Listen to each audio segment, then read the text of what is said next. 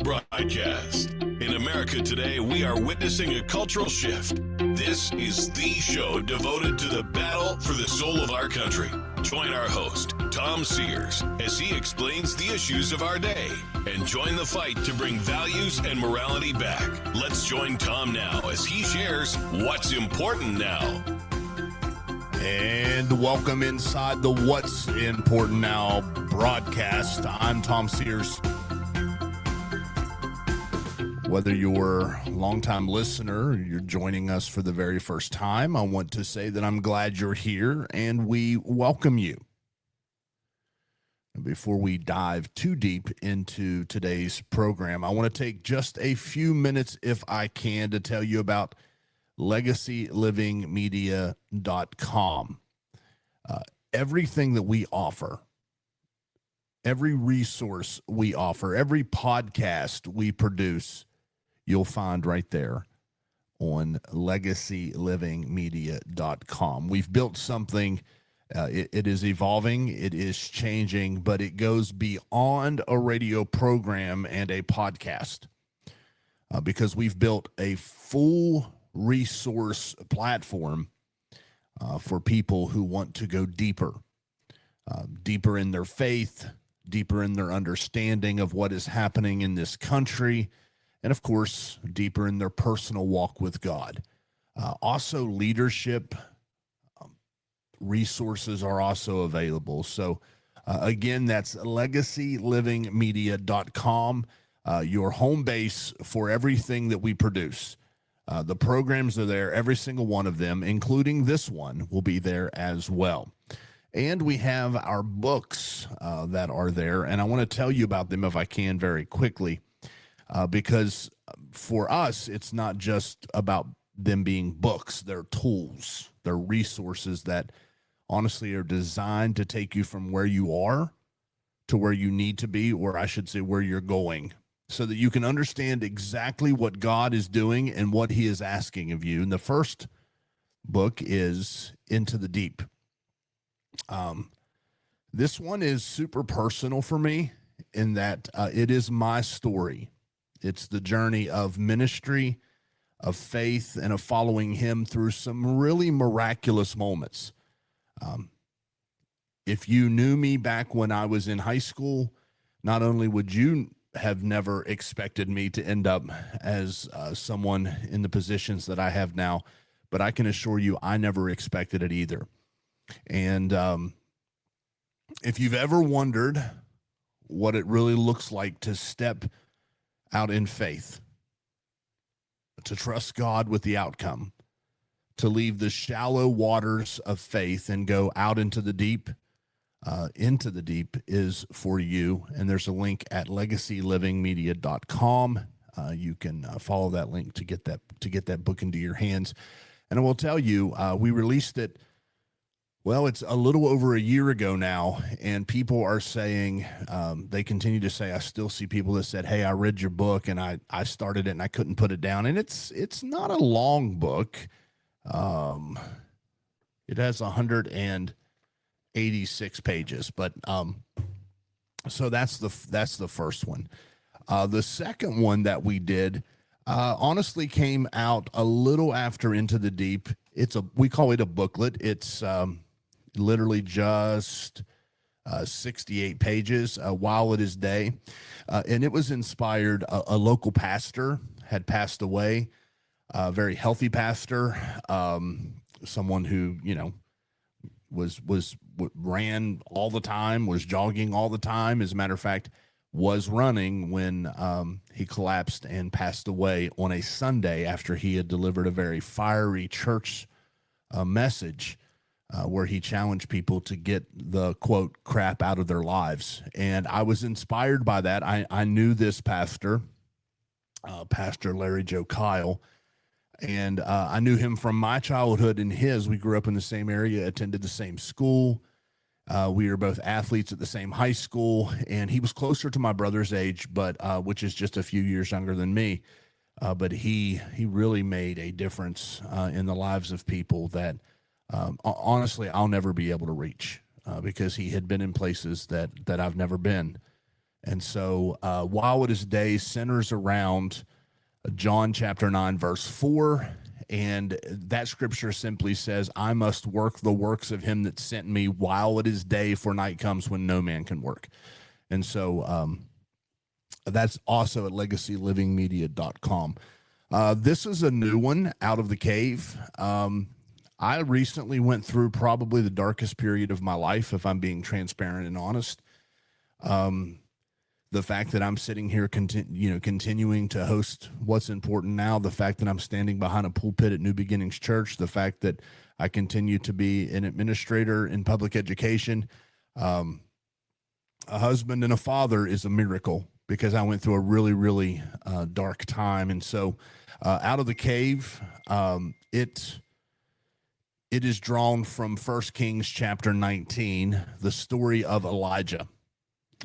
Now, Elijah is a man that saw many miracles. He stood up against the prophets of Baal, arguably the greatest moment of his life. He's seen the fire fall from heaven, but yet then he ends up burned out and hiding in a cave, completely exhausted, telling God that he had had enough. And so my own story of being in my own little cave led to a sermon preached, a couple sermons actually preached at New Beginnings Church. And so that is also a booklet. Now, the thing about this booklet is that there is an interactive workbook available at legacylivingmedia.com that you can grab. And it's awesome because you literally can do it online and it's a Bible study. And you just work through it. So I encourage you to check that out. We also had, that came out this past summer, Lay It Down. It's a collection of, I think, 11 or 12 sermons that I preached last summer from Hebrews chapter 12, verse 1. We did get a little bit into verse 2 as well. But it's, therefore, since we are surrounded by so great a cloud of witnesses, let us lay aside every weight and the sin which so easily ensnares us, and let us run with endurance the race that is set before us. And that's exactly what Lay It Down is all about, because there's things that we carry that we were never meant to carry. Some of them are not our fault. Some of them are not sin. Some of them are weight that are slowing us down. And the book is about that process of releasing those things in your life and then running free in Christ. It's 10 chapters. It's practical. It's biblical. It's personal, and can be found at legacylivingmedia.com. And then finally, and then I'm going to move on. The Battle is On. It's our newest, and it's also it's real close to my heart, just like Into the Deep, because when I first got called to ministry, I knew I was going to write a book. Now you're talking nearly 25 years ago at this point. I knew I was going to write a book, and I got the title for this book way back when, and I knew exactly what it was going to be about. The Battle is On, America's New Civil War, and it is looking at culture in America. It's 23 years of the What's Important Now program slammed into a book. It's also the most urgent book that I've written, because it's an argument, like I said, that's been building for nearly 23 years, or really over 23 years. And it's the case that America is in a war for her soul, a war that was never declared, that the church has been largely sleeping through. And that is what this special series that we're doing right now here on What's Important Now is all about. So let's get to that. Again, check everything out at legacylivingmedia.com. I'll do a little spill at the end, not very much, but I want to tell you about a conversation that I've had 100 times. It's not the exact conversation, the basic shape of the conversation, I should say. Someone has come up to me, or they've sent a message, and they say something like, "Hey, Tom, I agree with you that something is in fact wrong in this country. Something is wrong. I can feel it, but this isn't just normal back and forth. Don't things always swing back and forth in America? Don't they always, kind of come back? Hasn't it always been like this?" And I think that's a very fair question. When we talk about America's new Civil War, I think it's a very fair question to ask ourselves this, and I understand why people ask. because the alternative answer is uncomfortable. If it hasn't always been like this, then that's a little bit uncomfortable, and it does show movement for sure. The alternative is that what we are experiencing right now is not a normal political pendulum that swings, that will correct itself in the next election cycle or the one after that. It's something deeper. It's something that has been building for a very long time, ladies and gentlemen.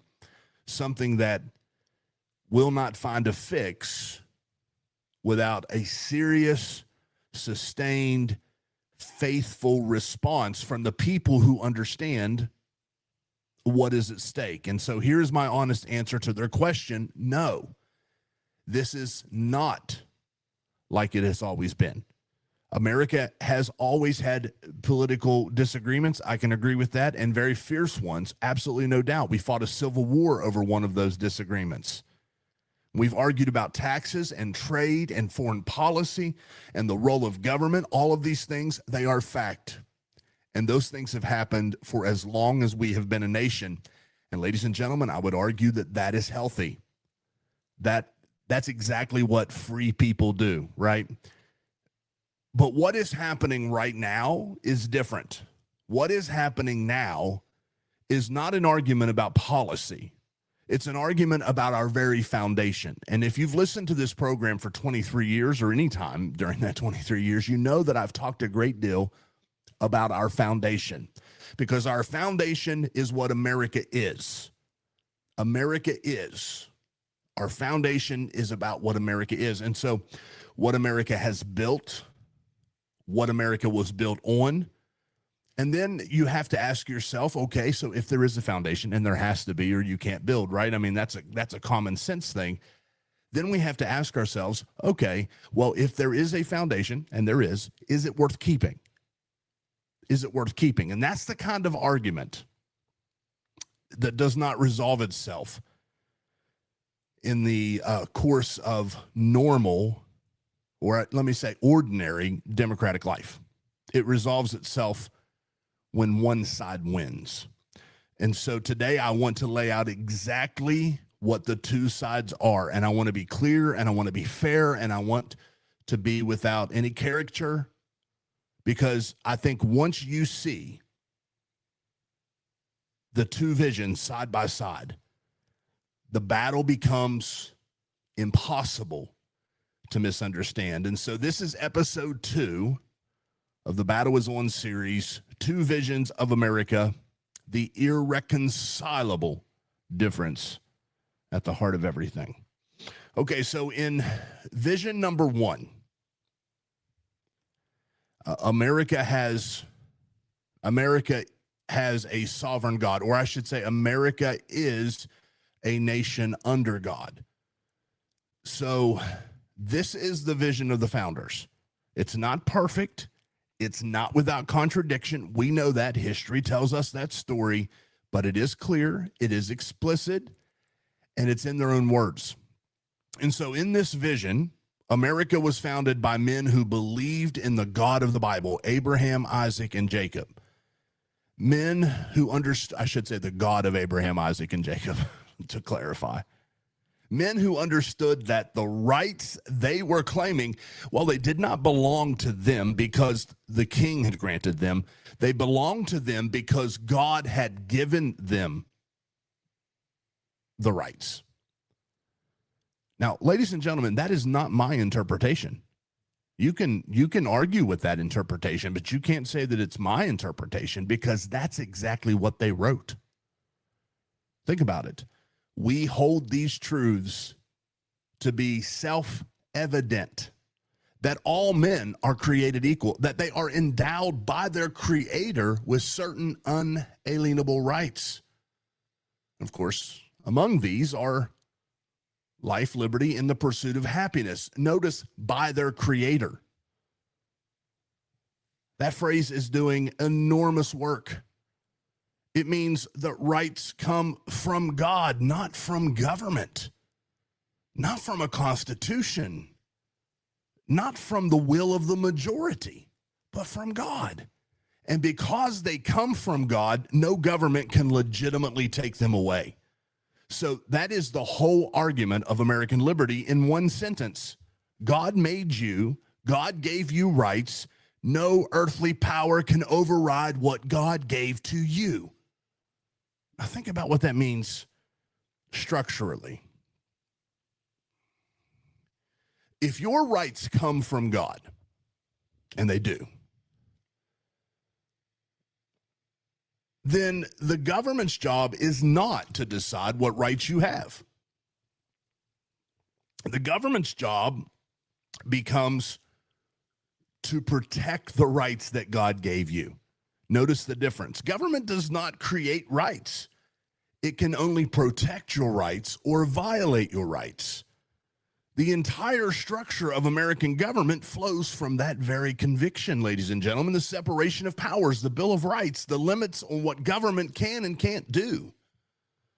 And all of it is built on the assumption that the government is not the source of your rights and, well, therefore cannot be trusted with unlimited power over them.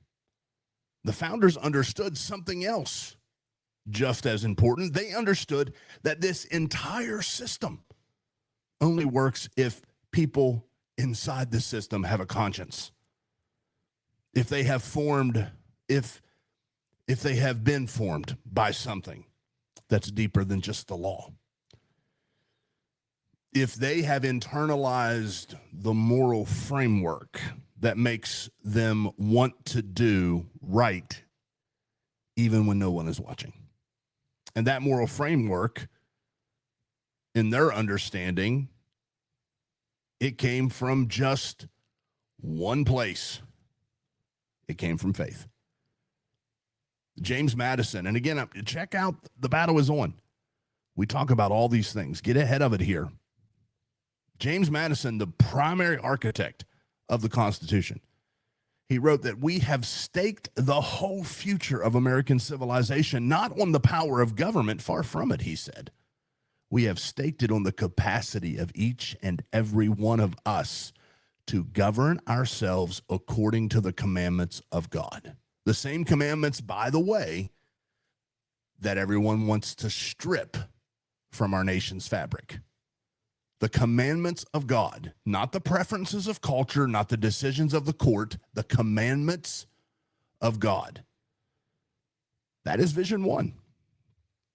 America as a nation whose rights come from God, whose government exists to protect those rights, and whose survival completely 100% depends on a people that are formed by faith. That is not what we see sometimes, but that is exactly what was built here, and that is exactly what has worked.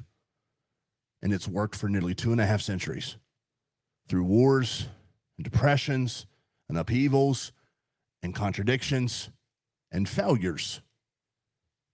It has held. Now, the second vision, because I'm going to run out of time for FM radio, America as a work in progress, that is the second vision. Let me tell you what that is. That's the one that has been gaining ground for about 100 years, and it now dominates most of the major institutions in this country. In this vision, America was not founded on the Word of God. It was founded by powerful men who used the language of God and the liberty of God to dress up what was really about protecting their own interest. So it was just a cover story. The Christian roots of the founding are not something to celebrate, they argue. There's something to move past. There's something to move beyond. And so rights in this view, they don't come from God. There is no God-given rights. Rights are what the community decides, what the government decides to give its members at any given moment. The Constitution is not a document in this vision with a fixed meaning, rooted in the intentions of men who wrote it. It is a living document that grows and changes as culture grows and changes. And the job of judges and scholars and cultural leaders is to help it evolve in the right direction. Push it along. Let's make it happen. In this vision, the founding fathers are not heroes. They are obstacles, flawed, compromised, hypocritical men whose status should come down to whose, and their legacy, I should say, their status and their legacy should be critically re-examined at absolutely every opportunity. And the arc of American history, it's not a story of a nation that's trying to live up to its founding principles. It's a story of oppressed groups gradually winning freedom from the people who claim those principles while denying them to others. Now, I want to be fair.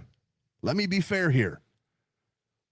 Because there are real things in American history that need to be reckoned with honestly.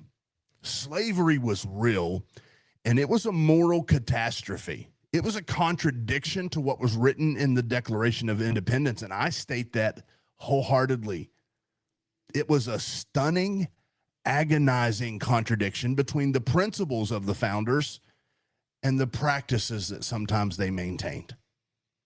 And that gap between what they said and what they did, it cost this nation hundreds of thousands of lives to begin resolving. A serious defense of America's heritage has to be honest about that. So I'm going to be honest about that. I'm not interested in a sanitized version of history that pretends the contradictions were not there. They were there. But here is what Vision 2 gets profoundly wrong. And this is the most important thing that I'm going to say today, so I need you to get this. The fact that a principle has been imperfectly lived does not make the principle false. Let me say that again, because it matters most, it matters almost more than anything else in this conversation. The fact that a principle has been imperfectly lived does not make that principle false. The same principles that our founders failed to fully apply were the principles that eventually ended slavery. And the argument that the abolitionists made, the argument that ended slavery was not that the founding was wrong. It was that the founding was right and the practice was wrong. All men are created equal, and all men are endowed by their Creator with unalienable rights. That sentence, when properly applied, is death to slavery. And it was used as exactly that by the men and women who finally made the application stick. Vision 2 does not deal with that honestly. It takes the contradiction and uses it to discard the principles along with the failure to live up with them, which leaves us nothing. No foundation, no standard, no basis on which to call anything right or wrong. And culture with no basis, well, is a culture that's already lost its way. And if you take a look at, and I don't know that I have the time to do it today, but if you take a look at Frederick Douglass's response, he had an opportunity to call the founding fathers whatever he wanted to call them, right? He was born into slavery, but he did not do that. Instead, what he did on July 5th, 1852, he stood in Rochester, New York, and gave one of the most powerful speeches in American history. It's often called the "What to the Slave Is" the 4th of July speech. And it's searing. He does not let white America off the hook. He names the horror of slavery with precision and fury, and he describes the obscenity of celebrating liberty while millions remained in chains. But then he does something that Vision 2 refuses to do. He picks up the founding documents and begins to defend them. He said the Constitution, when properly interpreted, is a glorious liberty document. He said the principles of the Declaration of Independence were sound. The problem, he said, was not the principles. The problem was that America was not living up to them. I said at the beginning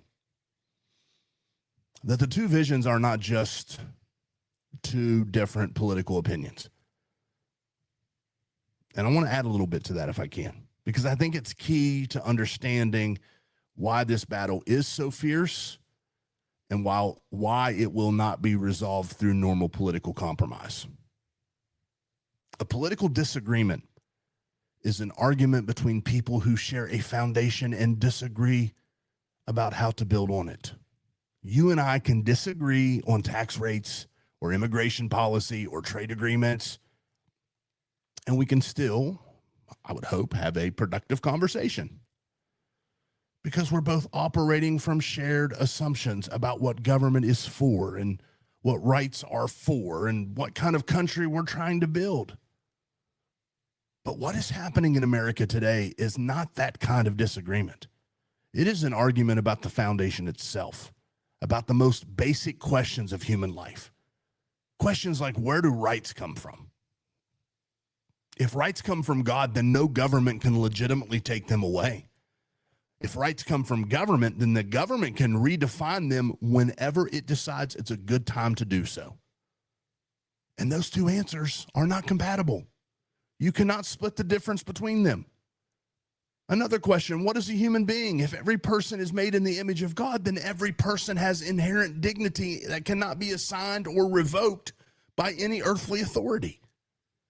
If human beings are just the product of random physical processes, then dignity is something we assign based on the qualities that vary. And what can be assigned can be taken away.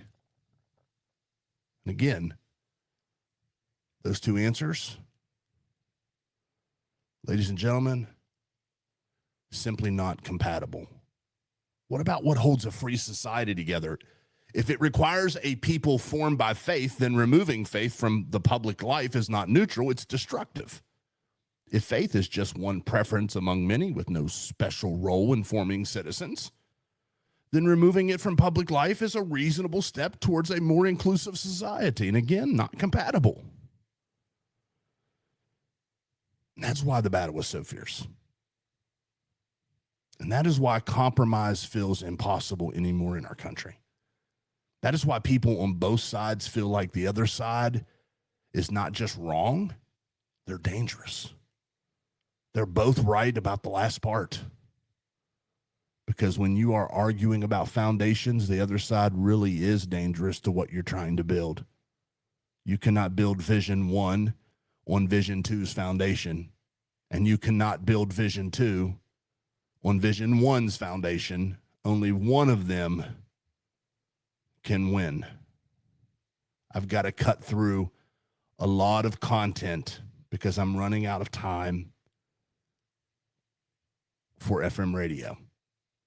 So I'm going to be super quick here and say two visions of America, two completely different answers to the most basic questions of human life, two religions competing for the soul of the nation.